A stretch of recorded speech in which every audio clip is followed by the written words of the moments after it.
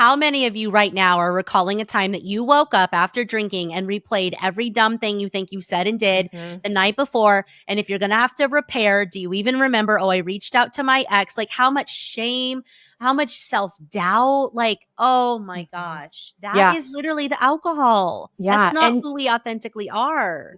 I was putting myself in that freaking state every week. So I think that, I'm a very spiritual person, which you'll get from like hanging out with me or reading my book.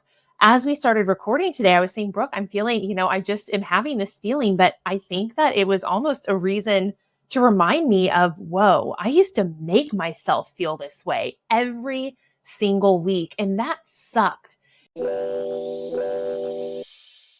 Hey, I'm Brooke Jean, therapist, recovering perfectionist, and struggling working mom on a mission to normalize normal. If you're an overwhelmed, high-achieving, and secretly anxious mama, struggling to balance it all and on the brink of burnout, you are in the right place. Here is where we talk about hard things like balancing work and family life, mental health, and how to navigate life-altering transitions. Nothing is too taboo here.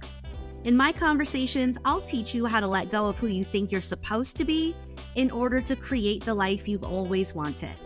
Get ready to embrace your messy, shed the shoulds, and find freedom through a life unperfected. This is the Unperfected Pod.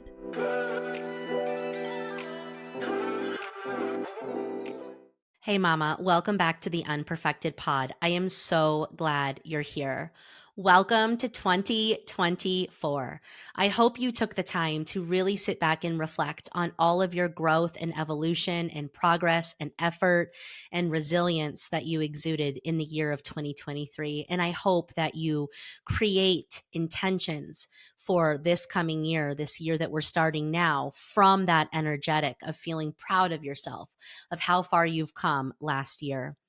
I had a conversation this week with my friend, Amanda Kuda. She's an author. She just released her book, Unbottled Potential, Break Up with Alcohol and Break Through to Your Best Life. She's the host of Unbottled Potential podcast, and she is an alcohol-free life coach, just inspiring and supporting high-achieving women who are sober curious, sober serious, or living alcohol-free.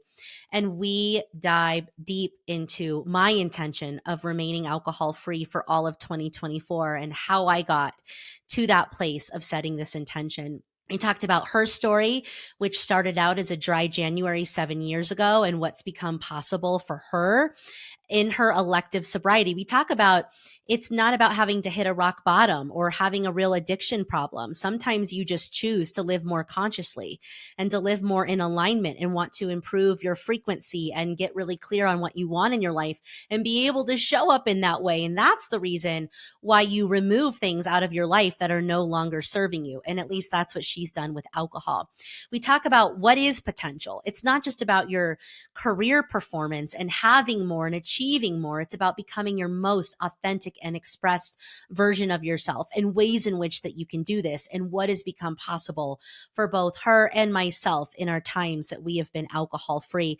My sister, she is a soul spiritual leader. She just has so many wisdom truth bombs to share. Her energy is just beautiful and pristine. And I know whether you're looking at your relationship with alcohol or not, there are so many tangible takeaways for you and your journey to wholeness and wellness for 2024. I am so excited about what is going to become possible when I take care of myself in ways that I have never taken care of myself before. Enjoy this episode. And also, I want to let you guys know there's a couple things going on in the business. Number one, we have the Unperfected Mama meetup happening January 11th from 4 to 6 p.m. at the Den in Denver.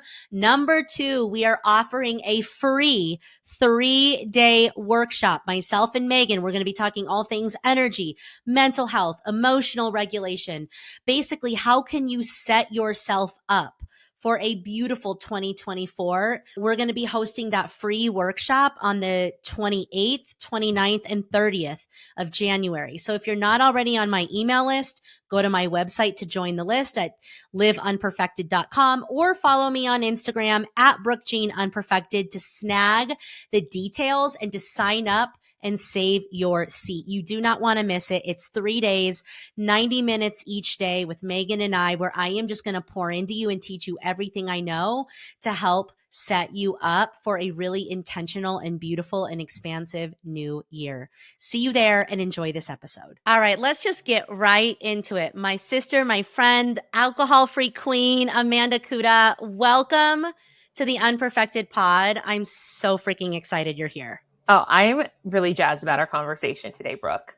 Oh my God. Okay, so I have to tell the people, I have to tell the humans how we met. Mm-hmm. Which was basically we both worked with the amazing Rochelle Fredston on our, I don't know why I just said Fredston, but Fredston, on our book proposal. And we were in her group, her like after group together or something. Was that right? Yes. And you actually just released your book into the world, which we will totally get into. And I am just devouring. I'm like, I could actually read this book in a day, except I really want to do the exercises. But that's how we met. And at the time, I had started my sober curious journey a couple of years ago. And so when I met you and I just aligned with your energy and I saw somebody who I thought was really brilliant and beautiful and magnetic, who was out here living this alcohol-free life, I was just drawn to you. And then we started connecting and conspiring. And now you're just someone that I look up to and just love like being part of your journey. So I'm just so glad you're Thank here on you. the I'm podcast. just like beaming because that means so much to me. It's just so great to find an ally and a friend in unexpected places. And I find that more often than not that that's what's happening on my own alcohol-free journey, is that simply by going first and doing something that's uncomfortable and hard, I start to find all of these really cool, rad people who I would have never connected with. And I thought that I was going to be so alone on this journey of being alcohol free. And that has just not been the case. It's been a journey where there are just people coming out of the woodwork who I resonate with and want to be friends with and want to work with and collaborate with. And I just want to say, as kind of a precursor to the conversation, that this conversation is for anyone who is curious about sobriety, who is a little worried that, oh, well, if I go down that path, then I'm going to be lonely, or I'm going to be weird, or won't people think ABC about me? And I really want to work to destigmatize that conversation and make this a really empowering, like optimistic way of life. So I'm super excited to talk today. Yes. And that is exactly where I'm at. So I've been dabbling in the alcohol-free space, and I just recently spent, and I've been sharing this on my Instagram stories, I just spent the last like week reading through my 2023 journals and planners and all of that. And Amanda, it is so obvious. So I took 5 months off of drinking in 2023. Every year I try to take more time off. I start with dry January. I feel so good. I keep going. When I look back at my journal, my manifestation list, my plans, what I'm doing, how I'm thinking and feeling, who I'm being energetically, there was a clear distinction between the time that I was alcohol free and the time that I wasn't. So that became this, well, that was the second, like, holy shit, like this is really something for me. The first thing was just this health thing that I've been going through lately, that my stomach and potentially my pancreas are grumpy. And so I just took a hard look at like all the ways in which I'm poisoning my body. And I was just noticing I'm on like uppers, downers, uppers, downers. And I've had to cut out coffee and my Celsius and my alcohol and my fat and all the things.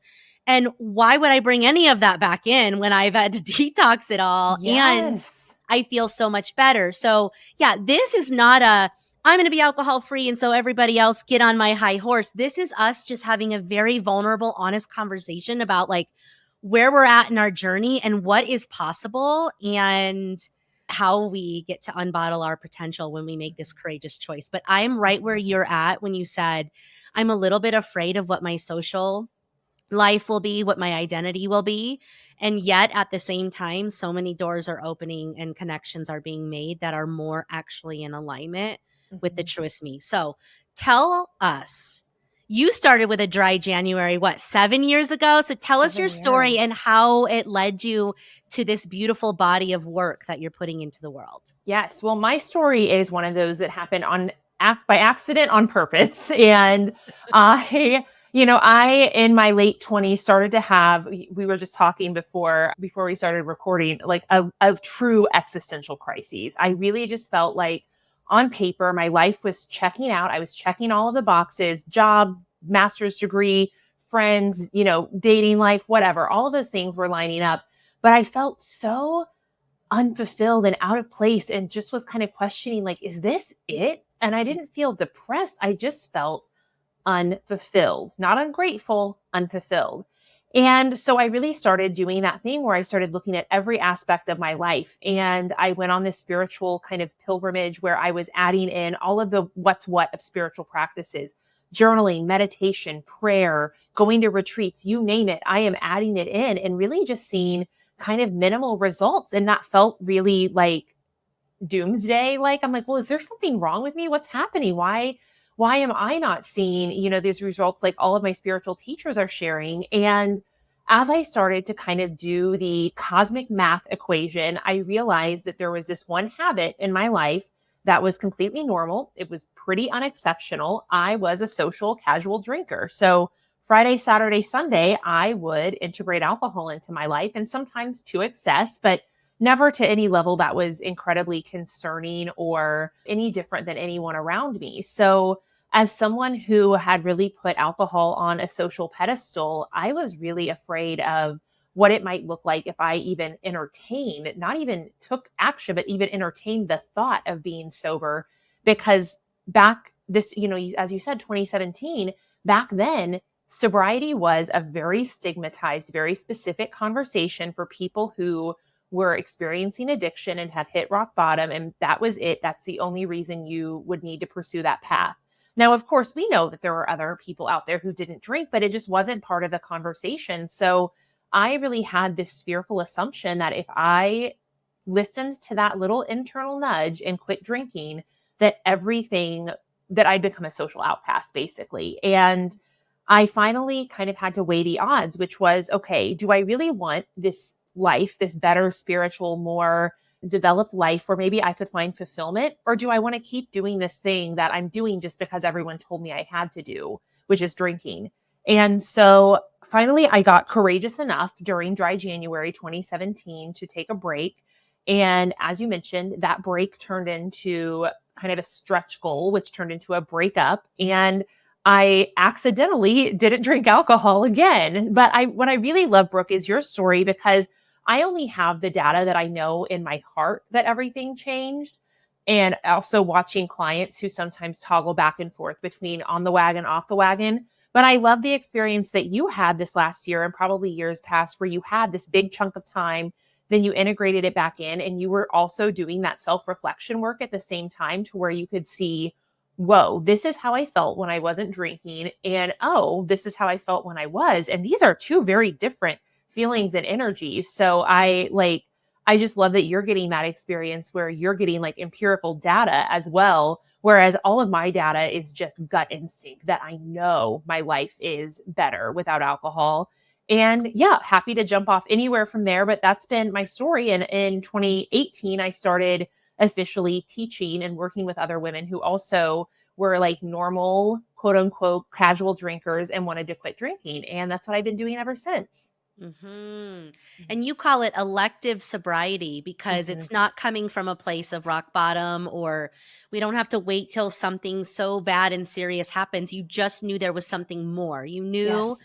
there was like a longing for more. And by breaking up with the booze, you share how you've been able to break through to your best life. Mm-hmm. So for me with my data, as you called it, it's also this like looking at the reasons why I Mm-hmm. would consume and or over consume alcohol. And I Mm-hmm. think this is where we really talk to that listener, that high performing, high achieving, type A, perfectionistic, often anxious, working, queen like us. I was so overwhelmed with the pressure of keeping up, of being the perfect wife, the perfect mom, the perfect leader in a corporate setting, that at the end of every day, just to like numb out, I would drink a bottle of wine and eat a plate of brie cheese and buy a Mm-hmm. bunch of shit I wouldn't remember ordering online, just to like finally take myself out of the game of responsibility. And Yeah. like when you start to look back at like this 10-year chunk of my life that I was doing the most, but I was also the most unhealthy. So I Mhm. wanted to get your take on that relationship between people like me, and maybe, you're probably a recovering perfectionist as well. Why we lean on alcohol, like what is it doing for us in the beginning? And then what is it really doing to us in the Mhm. long run? Yes. So I find that, Brooke, a lot of us high achieving perfectionists, go getters, also people pleasers, wanting to keep everyone happy and keep the peace, but also have this outward appearance that we have it all together. And realistically, we do, but you're, as you said, we're doing the most. And so frequently, what we lack when we're doing that is the skill to downregulate, to slow down our brain, to check out, to find that peace and silence. And so what we do instead is we look for a shortcut, a fast way to shut it off, a fast way to silence the to-do list that's on our like internal brain, computer. And we have this socially accepted tool that's handed to us and is not only handed to us, but glamorized. It is prescribed to us by society, by our coworkers, by our mom friends, by our colleagues. And so we think, okay, here is the solution. This is the way that I'm going to stop the chatter. I'm going to check out and I'm going to treat myself. I'm going to relax. And that's a glass of wine, a cocktail, a beer, whatever it is for you. But if you are one of those people, I just want to caution you, because what it's actually doing is it's depleting your capacity for the next day or next several days. So when you are someone who's a high achiever and you want to go, go, go, you're always kind of on the ramp up where you're having to like get momentum every day again, because you're starting at a negative number and you're starting below your highest capacity. You're starting below your actual capability, both intellectually, physically, spiritually. And we don't see this because we get so used to feeling mediocre that we don't know what it's like to feel good. And so, what I love about your experiment, Brooke, is you're getting that juxtaposition where you're seeing, oh, these months of the year, I'm starting out kind of sluggish, or I'm starting out like not feeling very motivated or creative or connected. And these days of the month when I'm not drinking, I'm feeling a lot more on top of things. And the difference between those two lifestyles is in the second one, where we're choosing not to drink, we also have to choose to find ways to help ourselves care for ourselves and check out and wind down in a way that's actually allowing us to wind down, not a way that's kind of cutting us off from consciousness at the end of the day. And I can tell you, as someone who's experienced that myself, that wow, my life got so much better and easier and more peaceful when I actually found tools to help myself find true relaxation, because what I was doing before was not it. No, it was temporary, right? Mhm. It's like when you actually look at the biochemics of drinking, it temporarily feels good because it floods you with a bunch of artificial dopamine. But then the next day, well, actually, more like 3 in the morning when you wake up and you feel like you just remembered your to-do list and your mouth is dry and you need water. And then you feel guilt that you drank again last night. And then you feel fear that you're going to have a shitty day because you just woke up at 3 and you got shitty sleep. Then you have anxiety because you're in this dopamine depletion, because Mhm. the brain is always trying to go into homeostasis. And when we drink, or there's other things that we do. I love the book Dopamine Nation, because Mhm. it talks about all the ways that we, like you said, we just want to grab that quick and easy dopamine hit, like that Yeah. chocolate, that bottle of wine, that, whatever. It's different for every person. But then the next day, your brain goes, well, we just got a shit ton of dopamine. We don't need to produce any natural dopamine. So Mhm. you start even, lower than you would have been naturally, which is why people wake up feeling depressed or with anxiety. Did you like Yes. talk to me about your Oh, experience with anxiety or I tend to ah, lean more depressed. I mean, uh-huh. I'm both. Like at 3 in the morning, I'll wake up and my whole body is vibrating with anxiety. And then later, because I'm tired, the depression hits. What's your Yes. experience? Even if I just have 2 drinks, literally two Uh-huh. drinks, the older I It's get, the less I can handle. I the same. At first I had, when I got what we call sober curious, when I started being interested in sobriety, I thought, well, that's a little extreme. I'm just going to cut back. And so I was really working to be a more moderate drinker, and it worked for a while, but what I found is that I actually became more and more sensitive to alcohol. So even if I did have one glass or two glasses or whatever, I still felt that sense of anxiety the next day. And it's very similar. This we're all gals here, so I'll just give you the scoop. I told Brooke before we started recording, like, Brooke,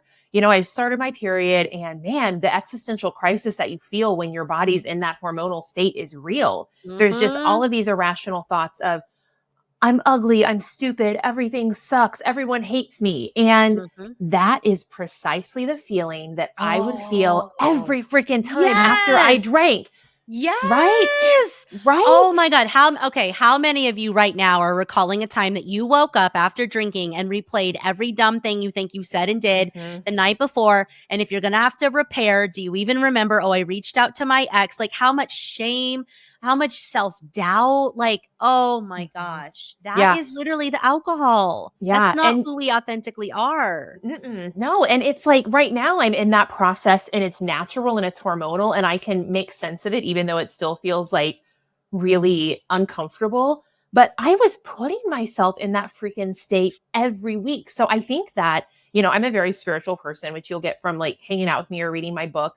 As we started recording today, I was saying, Brooke, I'm feeling, I just am having this feeling, but I think that it was almost a reason to remind me of, whoa, I used to make myself feel this way every single week. And that sucked. And Mm-hmm. it seemed out of my control that I was all of a sudden unmotivated, disconnected, feeling just really down, not necessarily depressed, but definitely not happy. And wow, that sucks. Like, why would I want to do that to myself all the time on purpose? And that's just not that anxiety feeling would sometimes last for a couple of days. I mean, it would hit me really hard the next day. Again, no matter how much I drank, because I started to become more and more sensitive, but then it would linger. And by the time I stopped feeling that way, it was probably Wednesday or Thursday, which meant realistically, I had one really good day operating at my highest, what then was my highest capacity. I know now my capacity is so much higher than that. But I had one really good day of the week and then I'd start the whole cycle over. And some people who are more, I was probably more on like the weekend binge side of drinking, but a lot of my clients are nightly moderate drinkers and they're always operating in that little bit of a haze, that little bit of a fog, and that doesn't feel good, but we start to accept it as normal. Mm-hmm. And I want to help people find a new normal, a new baseline, because if you're drinking frequently, let me tell you what, that baseline is kind of BS. It's kind of shitty. Mm-hmm. Yeah. And you said something really powerful earlier. Like, we just accept feeling bad because I think so many of us women don't even know what it feels like to feel good. And we Mhm. don't know that we don't feel deserving of feeling good. We're Yeah. just like, yep, just doing this grind, this working mom grind, or this, entrepreneur grind. This is just me. It's shitty sleep. It's groggy mornings. It's Tuesdays are kick ass, but every other day out of that are mediocre. And then it turns out like you actually start taking good care of yourself. And with drinking is a huge one, but anything that you're doing to like get better sleep and nourish your body and soul and removing alcohol is huge. And you start like right now, Amanda, I'm like going to bed at like 9:30 and waking up 5 or 5:30 naturally. And my daughter is sleeping in till 7 because she's on break. So I'm having a fucking juicy, like 2 hour morning Yes. ritual where I Mhm. am like meditating and I'm doing like subconscious reprogramming and journaling and creating. And I can't even tell you, like, these are my favorite 2 hours of the day. Mhm. And when I'm drinking, she doesn't always do that. Now, and I Mm-mm. am like, I'm a preacher of that morning ritual. How you start your day sets the tone. Mhm. But now I'm like waking up on my own naturally, excited about the day. That's also something that wasn't always happening. And I still have my down days, but excited about the day because I get to get up and go into my office in this cozy, sacred space and do all these cozy, sacred things, which then energetically aligns me for a beautiful day of being a better version of myself. But Mm. I think for so long I had just like accepted that like having these big responsibilities of like running a $45 million corporate business and having a child and being a single mom, I deserved my nightly bottle of wine. Everybody Mhm. drank in retail. Like it was part of the culture, was like you play hard, you work hard. until 10 years of doing that passes. And it really started to like wear and tear on not only my mental and emotional health, my physical health, my energetics, but also my self-worth. Because somewhere deep down, when I was continuing to drink that wine, and it was a bottle of wine, it wasn't just one glass. Mm-hmm. I was telling myself, I was like self-punishing. Yeah. I was Yeah. self-harming even, Mm-hmm. not on purpose, but that starts to chip away at your soul, at your spirit, at your self-worth, and that's not who I really am. But No. I've had to look at these things, which has not been easy to look at when I'm thinking about, what purpose alcohol is serving in my life. I'm going, well, it's literally chipping away my self-worth, fucking with my mental health, lowering my vibration. Like, what am I doing here? Now I've gotten sick. Yeah, I think it's time. And PS, my intuition's been like telling me, like I had a Mm-hmm. dream a couple years ago. In my dream, all my spirit guides were lifting me out of my bed and telling me it's time to let go of the alcohol. You've got more Ooh. to do. Like, Yes. it's Yep. time. Mm-hmm. And I listened and I played with it a little bit. I took a month off here and there, but something has really shifted. And I think it's looking at how, I have these big dreams and goals and this big purpose. And if I'm really quiet and I'm really honest with myself, the only thing that would hold me back from stepping into that, the only fucking thing Mm-hmm. is this alcohol, because Yes. it's the only thing that makes me doubt myself. 100%. And it makes you doubt yourself in an actual way. But there's also this really funky subconscious thing that happens when we drink alcohol, in that, like, let's say you're that, late afternoon, 5 o'clock, wine o'clock, whatever type person, or no matter what, and when you drink, or you're like me, the weekend warrior. When you drink alcohol, it's always so that you can get to some other state of being more happy, more exciting, more flirtatious, more fun, or less anxious, less checked in, less whatever. And if you're always using alcohol as a way to shift your disposition to become more or less of something, you're sending yourself this message of, hey, Brooke, by the way, you're not capable of getting there yourself. Oh, hey, Brooke, by the way, you're not good enough to figure this out yourself. Or, hey, Brooke, by the way, you don't deserve to be ABC internal state because you don't know how to do it.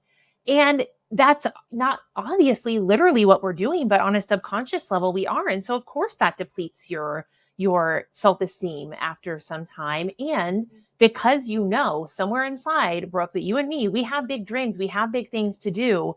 But when we drink and we make ourselves unable to reach for that brass ring that we want, it makes it seem impossible. And so that belittles our confidence as well. Like, well, there she goes, another year not achieving her dreams, another year not writing her book, another year not speaking on a stage, another year not showing up for her relationships or her kids or whatever it is. And that over time just like kicks you in the shins and really just blows your self-confidence all to hell. And I'm not here to say that, when you stop drinking that like unicorns are going to, start flying around you. But Yeah. I will tell you that all of the things that you want and desire start to become more realistic and more in reach when you're not constantly dulling yourself down, which is all that you're doing when you drink alcohol. You are diluting yourself, you're dulling your sparkle, however you want to get at it. And you're worth so much more. You're capable of so much more. And I would even go as far to say that the biggest dream that you have right now is small in comparison to what you're capable of if you actually just allowed yourself to show up at full capacity. And a lot of us are really afraid to do that. Yeah, that's so real. That is so deep. I think that many of the women listening to this could be, because I was one of them. Mhm. So I'll speak for myself, but I'm sure it resonates that drinking is also a way to self sabotage because we're hitting our upper limit. And, Yep. like you were the one that turned me on to The Big Leap, which is now one of my favorite books. And what I learned about me is, man, I'm really good at being the top of mediocre of things, like middle. Mhm. Like I grew up middle class, like I'm top of middle class, right? Like Yes. I'm going to make you guys proud, right? I work hard, I go a little bit longer, whatever, but when I start really coming close to leveling up into that next level energetically, that next level of worth, that next level of intention, that next level of infinite possibilities, I think I get subconsciously scared, or I'm afraid I'm not going to fit in, or I'm afraid I'm going to be on my fucking high horse, which people have made me feel like I'm on a high horse before, that I think I have drank to lower myself down to remain in the top of that middle rung so I can be comfortable because I know what that feels like. Yes, it keeps you like being the big fish in the small pond, right? Yes. And Yes. and while that feels kind of good, like there's also something really powerful about being a small fish in a big pond and growing your way to that next level self. And yeah, absolutely, alcohol is what is the socially acceptable tool. The thing is that it gets at us in this really sneaky way because no one, I guarantee no one in your life, just like no one in my life was saying, oh, Brooke, you should maybe look at alcohol as something. No one was saying that to me. It was completely socially acceptable, every interaction I was having with alcohol. And it made it to where I kind of like didn't even look at it as a possibility. But once I finally did, and this kind of speaks to that same experience you had where your guides were like lifting you up, I had this experience probably somewhere in the 6 to 9 month mark of my alcohol free journey where I was in the shower listening to a podcast. And all of a sudden, it was like kind of one of those out of body experiences where the podcast turned into something else for a second. And I heard this very clear voice come through and say, Amanda, I see you doing big things in this lifetime, but I cannot see you doing them with alcohol in the picture. And I felt like someone had punched Ooh. me in the gut. I had never heard or felt anything truer, to the point that I'm like hunched down on the shower floor after I hear this, message come through. And I'm just sobbing because I knew in that moment that that was pure truth. And that doesn't mean that if you're drinking and you're listening to this, or, it doesn't mean that alcohol is bad or wrong or evil. It's just this, wow, it is keeping you from doing the work that you're supposed to do in this life, being the truest version of you, living up to your potential, being your most authentic self. And I just really want to create a world where this is a conversation that we're able to have, because we need more powerful, tuned in, high vibe women operating at their fullest capacity and living out their dreams, because that's going to have such an amazing trickle down effect on our society, on our families, on just like our little microcosms, but also on the world at whole. And I think it's just a really powerful thing coming through for us right now. Oh, I have like goosebumps over this shit, Mm-hmm. literally, because it's like when women stop self-destructing their bodies and tend to their vessels and remove all the I mean, that's what Unperfected is all about, is removing Yes. the masks and the armor and the trauma responses and getting down to who you really are authentically. Because when we bring that essence to the Yes. world, I truly believe anything is possible. And it sounds corny or maybe even a little spiritual bypassy, but I promise you it's not. But I feel like this recent sickness that I got, where I was in like severe pain for 5 days in a row, like buckled me. And I had this moment in the bath where I was just day 4 of unbelievable pain and not knowing why, not having any answers, not knowing what I have done. Is it my fault? Anything. And I was just like sobbing and crying to God. I've literally never done this a day in my life. Like, Mm-hmm. I'm spiritual, but listen, a bitch is not crying to God over here on a regular basis. And I'm crying to God going, I like, just give me another chance. I'm going to respect my body. I'm going to treat it like the goddamn temple that it is. Like, I hear you. Like, my vessel is not taken care of. I think I'm taking care of it, but I have so much more work to do. And I'm saying yes to that opportunity. I hear you. You had to take me out of the game for 10 days so I can hear it, but I hear you. And I really feel like that happened for me, as fucked up as that sounds, Mm-hmm. because it got my attention. And my issues could have nothing to do with alcohol, but I'm not going back.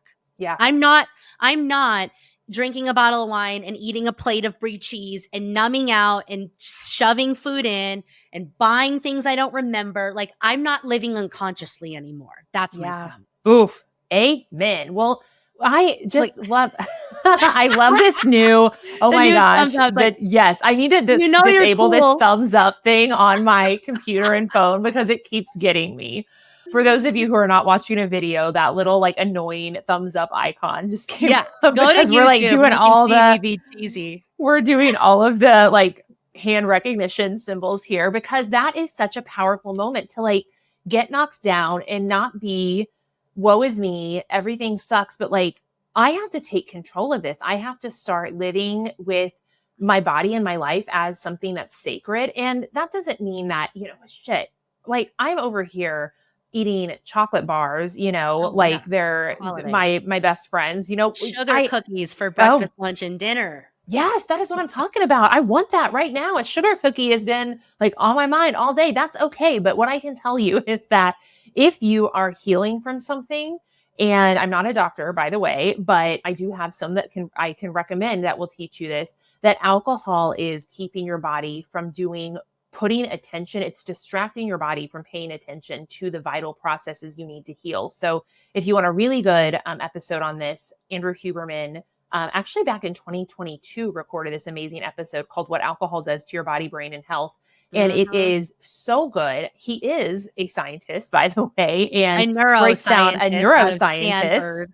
Yes. And He's like he's the breaking down smartest all man. of these scientific studies that are really debunking this myth that alcohol is fine in moderation, which it won't kill you, but a lot of things won't kill you. That doesn't mean they're helping you. That doesn't mean it's okay to, it's good for you to drink it. And I think that sometimes we listen to this popular narrative of everything in moderation when really that is only going to allow you to live a moderately okay life. And you deserve better than that. Mhm. Yes, and it's not about perfection, it's about intention. But you're Mm-hmm. right, like, so your liver, which processes everything, Mm-hmm. will prioritize alcohol. So if you have alcohol and alcohol stays in your system for 3 to 4 days. So if you're just Mm-hmm. drinking every 3 to 4 days, just 2 drinks a night, your liver is full time processing alcohol versus getting any other toxin out of your body. Yep. And like that was a piece of information that really kind of hit me sideways because I'm like, oh, cool. So I'm probably just walking around with just a fucking buildup of toxins. Mm-hmm. And then Mm-hmm. I wonder why I look this way, feel this way, sleep this way. I wonder why my hormones are fucked up. And so, anyways, it's just like, I think the more you learn, the more you're Yes. like, oh gosh, that makes sense. Or, I do want good sleep, or I do want clear skin, or I do want good energy. And alcohol is actually affecting me. Darn it. I Mm-hmm. wish that wasn't the case, but it is. Yes. And so, okay, I want to switch gears a little bit because I'm reading your book. By the way, guys, it's Unbottled Potential. Yay, there she Okay, is. break up with alcohol and break through to your best life. I love your definition of potential because it totally aligns with mine. I think a lot of people, because I'm a mental health professional, they get like, when I talk about reaching your potential and everyone's like, not everyone needs to like strive for professional success, Brooke. I'm like, no, that's not what I'm saying. And I Yes. love the way that you articulate your definition of potential in the book. So will you share that with us? Yes, I believe that potential is your ability to live as your most authentic, expressed self, whatever that looks like for you. But there are so many areas of potential. It's not only financial abundance or professional success, it's also your emotional and spiritual wellness, your relationships, your personal goals. Your If we're not getting hobbies. your hobbies, absolutely. And let me tell you who didn't have any hobbies when she was drinking. This girl right here, not a hobby one. Wait, Yep. drinking and dancing, going to shows, Yeah, that's following the my Grateful hobby. Dead. That wasn't a Yeah. hobby? No, no, no, no, no, no. Not a hobby one. And this is the case for so many people. And reaching your potential means finding a level of fulfillment and excitement and vibrance in your life that you just feel at peace. You feel like you're doing what you're put on this planet to do, and you're not wasting a minute of your time. Or if you are, it's by choice, not because you're checked out. And I think that we've really gotten it mixed up, and we've like really equated it with this go, go, go, do, do, do. And so we've developed this work hard, play hard culture, which is really just depleting us. And so many women I meet who are checking all of the boxes have realized they're checking those boxes, not because it's what they want to do, but because they happen to be really good at it, which, by the way, if you're listening to this podcast, I imagine you'd be good at almost anything you do. So Mm-hmm. you're choosing to Mm-hmm. check the boxes of what everyone else has said is a good life, and you don't feel fulfilled, but you feel ungrateful saying that because you've built up a life of success. You've built up a life where you are living in a privileged world. But just because you're not happy doesn't mean you have to be ungrateful. Just because you're not fulfilled doesn't mean you're ungrateful. And we want you to find gratitude and fulfillment.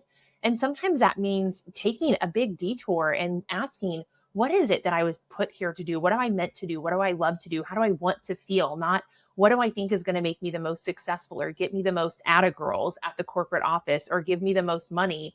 I think that you can find all of those things in a way that actually makes you feel grounded and rooted and successful and at peace. But we bought into this narrative that it has to look one way, and that's not the truth. So potential for me is aligning with your desires, your dreams, and letting it be so, letting yourself express and explore those things and find a way to make it happen. Yes, that is so beautiful. And like that is what I know we both just want for every woman in the world is like Yeah. be your most authentic expressed self. The world needs you, your voice, your feelings, your joy when you're lit up, all of that. It's like we need that. We Mhm. need that, but we're so busy trying to like we've defined success in this old way and we're so busy trying to reach that, but it's totally unfulfilling. I had this moment the other day where I was like thinking about, God, someday it would be nice to live back by the water. I mean, the people listening hear me talk about water. Okay. It's a soul Mhm. thing. I want to be Yep. by the water. Me But too. then the ego can come in and be thinking about what kind of house and what do I need to do to get there and how much money do I need to make. And anyways, I made this move in my downstairs office where I'm like separating my in-person space and meditation space and spiritual space and healing space with my virtual space. Mhm. And I moved my desk into this new space and I'm going to make it really fun. And then I moved my love seat that was like one of my first pieces in my first private practice office into that room because I was going to put it by a window where I know the sun in the afternoon is going to come through. And I want to sit like a cat in my velvet thing in the sun. And when I tell you, listen to me. When I tell you yesterday, when that motherfucking dream came to fruition, and I was Yes. sitting on my velvet sofa in the sun at 2 p.m., I had a moment of like, this is bliss. Yes. Like, I don't Yes. need the big house. I don't need to make $1 million. Like, this is Mhm. fulfillment. Mhm. I feel at ease in my nervous system. I feel content. I feel grateful. I feel like I created this. Like I have a safe, warm home. I have a Mhm. beautiful husband. And I just had this moment that I was like, it's not out there. It's like right here. And I feel like Yes. when I'm drinking, I fall into that ego shit. So that trap, Mhm. like constantly, because this is the point I was trying to make too, is like listeners might be like, what if I don't know what my potential looks like or what my authenticity is or what fulfillment would be? Well, listen, babe, you need to get still and regulate your nervous system. And that's how you access your intuition. Mhm. That's how you access that information. And we never going to access a fully regulated nervous system and our intuition when we're in the cycle of drinking. At least Mhm. I didn't. Nope. I didn't. I I never turned did. off my channels of communication to my intuition. I was always dysregulated because of said hormonal surplus we already mentioned. And so I couldn't tell you that having this little spot in the sun would be so Mm. precious to me. But now that I have, whatever, however many days it's been since December 4th, it's enough that this shit's really, truly out of my system. I really am regulated that I'm like, oh my, you know what I really would like? A sunspot in the house. And Yes. that The brought me so much simplest joy. But pleasures. it's like it also just has like opened me up to access some truths about myself that maybe listeners are going, I don't know what that could look like. I don't know what I want. Yeah. Try removing alcohol, regulating your nervous system, and sitting in some meditation. And babe, those answers are going to come Mhm. eventually. I promise. Yes. Oh, amen. I mean, I think that what I've noticed, it's just to reiterate that, is just the simplest things I can find happiness in now. And it's because I've allowed myself to be happy with me, with just being with me, not with always searching for something or trying to check out. And it just, even when I tried to drink less, it just wasn't clicking. It wasn't landing. And again, it's not going to happen overnight. You and I have both done a lot of practicing and added a lot of things in to fill that spot that alcohol took up. But once it does click, once you see what's available to you, once you see what you've been missing, you won't be able to unsee it. And I truly know that I would not be where I am today, and certainly not as quickly, if I wouldn't have gotten alcohol out of the way. And it feels really good to be in this space where my dreams are becoming fulfilled. I'm helping people. I'm feeling good. I'm feeling at peace. I'm finding pleasure in sitting in the sunny spot in my, good vibe chair. Like Yep. that's what life's about. And I know it sounds maybe a little Pollyanna, but dang it, if it can be that simple, like why wouldn't we let it?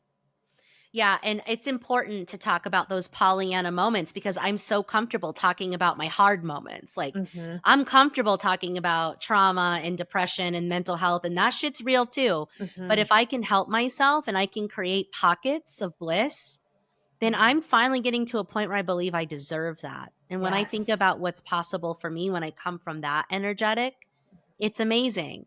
Now, I know you just kind of mentioned some things that have become possible for you since going alcohol free, but what's maybe one or two or three that you're most proud of or most excited about in your process of unbottling your potential by going Oh, alcohol free? well, literally, and I don't say that in the social media way, every single aspect of my life has become better. I finally got curious enough to ask, what is it that I want to do with my life? I finally got brave enough to explore what that is. I quit my 9 to 5 job. I started my own business. And this doesn't have to be, if you don't want to be an entrepreneur, that's okay. What it might Mhm. have been for me if I had a different path in life is that I got clear on what I wanted to do and I pursued a new job, or I pursued a ladder jump, or maybe I switched industries within my corporate career, whatever that looks like for you. I know that being alcohol free professionally will give you a competitive edge that no one can touch. My friendships, wow, they are so much deeper and more connected and fulfilling, and true friendships that are based around common connection and empathy and vulnerability. I mean, I could just go on and on. And of course, I fulfill my dream that I've had since I was a kid, since I was in second grade, of writing a book. And that has just been such a triumphant thing that I've been able to actually publish a book and Oh my write God. a whole book. Like, wow, wow. People don't know, you guys, it is a journey with a capital J. It is Hmm. birthing a baby. Writing a book is one of the hardest things you'll ever do. Yeah. And it's out in the world and it's beautiful and it's going to serve Yes. so many. Like, Mm. it's an extension of you and your Mhm. soul. And like, oh, do you just feel so I proud when just you feel hold it? so proud. I mean, Ah. I've listened to my own book just to like stay immersed in the content like 3 or 4 times, and I Mm. still get choked up off of my own words that I freaking wrote myself. And I'm like, sis, you are doing what you're supposed to do right now. And that feels good. It feels really good. Hell yes. Yeah. That is how you know you're like turned on, Mhm. living, alive, in Mhm. alignment, all the things. And again, my friends, like, you can have this really big dream of becoming a published author or whatever, but also it's so more than enough to say, I just want to feel a little bit better. Mhm. I Yep. just want to have a little more energy. I just want to have a little more patience with my kids. I just want to get to yoga 2 times a week. Those dreams matter too. Those intentions, those visions, those matter too. So, wherever you are on the spectrum of stepping into your awareness about what's possible for you, Mhm. it's it's right where you need to be. It's Mhm. not too much or too little. And it's just maybe the beginning of your journey of realizing what's possible. Or maybe you're further along in this game and you're just starting to see the layers and levels that you can keep going to with Mhm. expansion as you remove the things that are holding you back and weighing you down. Mm. Yes. So, Amanda, for that listener that is like, I am sober curious, or, just even starting to be like, God, I want to know more about that. What's a step? And because they're in each chapter of the book, you give really tangible, like journal prompts and activities and exercises to do to help the Mhm. reader. Yes. But like, what's a step they could take Mhm. in exploring and examining their relationship with alcohol and what's possible should they unbottle their potential? Yes. Well, I absolutely think that, the whole purpose of writing a book was to make the work that I do so much more accessible to people. So, absolutely buying a copy of the book.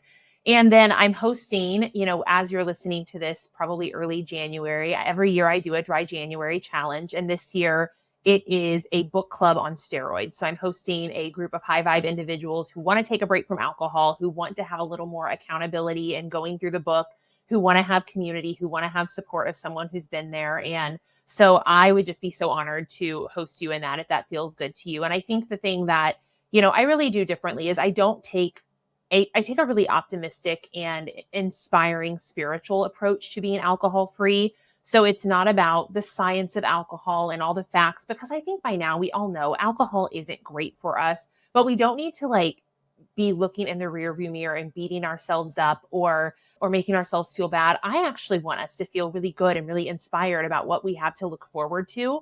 And I just would love to inspire anyone and work with you if that feels good to you. Yes, I love that about your approach because I Mhm. agree. I feel like there's a lot of recovery programs and addiction programs out there, and those are beautiful and they serve a purpose. But yours is more for that person that just wants more for their life and they don't maybe need that, like, trauma work and AA and becoming Yeah. powerless. And it's like, Mhm. no, no, no, no, no. We are powerful and we are Yes. ready and willing to step into our fullest expression by Mhm. living with such intention that Yep. we're willing to look at all aspects of our lives and ask it really honestly, is this serving me? Yes or no? Mhm. And yeah, it is a journey. Like, I plan on taking the full year 2024 off of alcohol, Yeah. which also means off of eating a plate of brie cheese at night and buying shit that I don't remember. Yep. Though it's a Yep. trifecta. Yes. That's my Brooke is not taking care of herself when she's doing these things. So when I remove those self-sabotaging 3 things, I cannot wait. And Amanda, you can be my accountability Mhm. buddy. When I do the exercise at the end of 2024 that I just did at the end of 2023, where I read through my journals and I read through my planners and I could see what was possible when I was option A or option B, I cannot wait to reflect on 2024 and the new heights that I'll be able to hit, the new way that I'll be able to be, how I'll feel, how I'll impact my family, the world, my people, because I've taken a full year off. Like, I can't wait to be Ugh. having that conversation. I can't either. I just think that, that you are going to manifest some really amazing things because you're just going to be vibrating at such a high energy. And I'm excited to check back in. And by the way, this is like my extra do-gooding in the world is that I've gone on so many podcasts and I can't tell you how many hosts have said, I'm going to do it. I'm going to do 6 months. I'm going to do a year. And I feel like it's like my little extra way to change the world because you have such influence on this space. Like when you share that journey with people, you are going to have such an impact on it. And I'm just so excited to hear what happens and what comes to fruition for you. Yes, and I feel like it's so different this time, Amanda, because before it was like, well, I Hmm. should look at alcohol, or I kind of have to, and that energetic wasn't serving me because it wasn't that Yes. elective sobriety, it wasn't that more Hmm. powerful, potent decision. Choice is one of our most powerful tools we have. This one is like, listen, bitch, I am choosing to treat my body like a temple. I'm gonna first figure out what that means. Hmm. Hmm. Okay. It's been a saying that I've heard my whole life. I'm going to Yeah. first just immerse myself. Like, I'm so excited to learn more about embodiment. And I just signed on with a mastermind with Samantha Skelly, her life Hmm. mastermind, to really get into the divine feminine, because I also operate with toxic masculinity, just now Hmm. that we're just putting all of our Oh, fucking yeah. flaws on the table.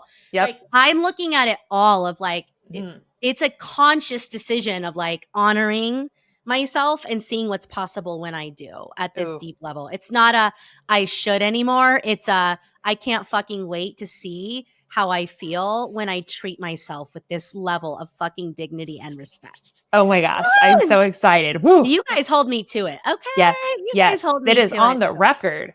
it is on the record. And I wouldn't be saying that. I would not be saying that if I wasn't so sure, so deep in my soul that this is the journey for me. I would Hmm. just keep it in private. Like the last 3 years that I've been in this, I didn't Hmm. share as much, but it's like, I'm going to share it now because it's just where I am. It's Yeah. where I am. Yeah. And it takes time to get there. It definitely did not happen for me overnight. So I want to honor anyone who's in that dabbling phase where you're not feeling, serious. You're just feeling curious. And it's Mm-hmm. okay to be in that phase too. And at some point, you'll have to decide that your growth and your potential is more important than your comfort and your fear. And that's a really powerful place to get to. And so you're there. So rad. Boom. That is a mic drop, tweetable Mhm. moment that we'll end with. Amanda, thank you so much, my love, Thank for being you. here, Of for course. sharing your energy with us, and for just doing such good work in the world. Tell the good people where they can connect with you online. Yep, I am everywhere at Amanda Kuda. If you want to do my dry January challenge, it is on my website at Amanda Kuda or amandakuda.com/challenge. And my book is anywhere books are sold. Yes, you guys, definitely. There's so many good things in there, I think, too, that pertain to other areas of people's life. But Mm-hmm. thank you, Amanda, so much. Thanks, And Brooke. for those of you listening, we're sending you guys so much love. And I'll see you all same time, same place next week. Bye for now. Bye. Thank you so much for listening to the Unperfected Pod. I hope this episode helped you feel a little less alone and a little more inspired to be you. If you like what we're doing here, I would so appreciate that you subscribe, rate, and review this podcast. If you do, share the episode on Instagram and tag me at Brooke Jean Unperfected to enter to win a 1-to-1 laser coaching session. Also, feel free to join me in my private Facebook community, Mommy's Mental Health Matters, where we continue the conversation. Thanks again for being here, and see you in next week's episode.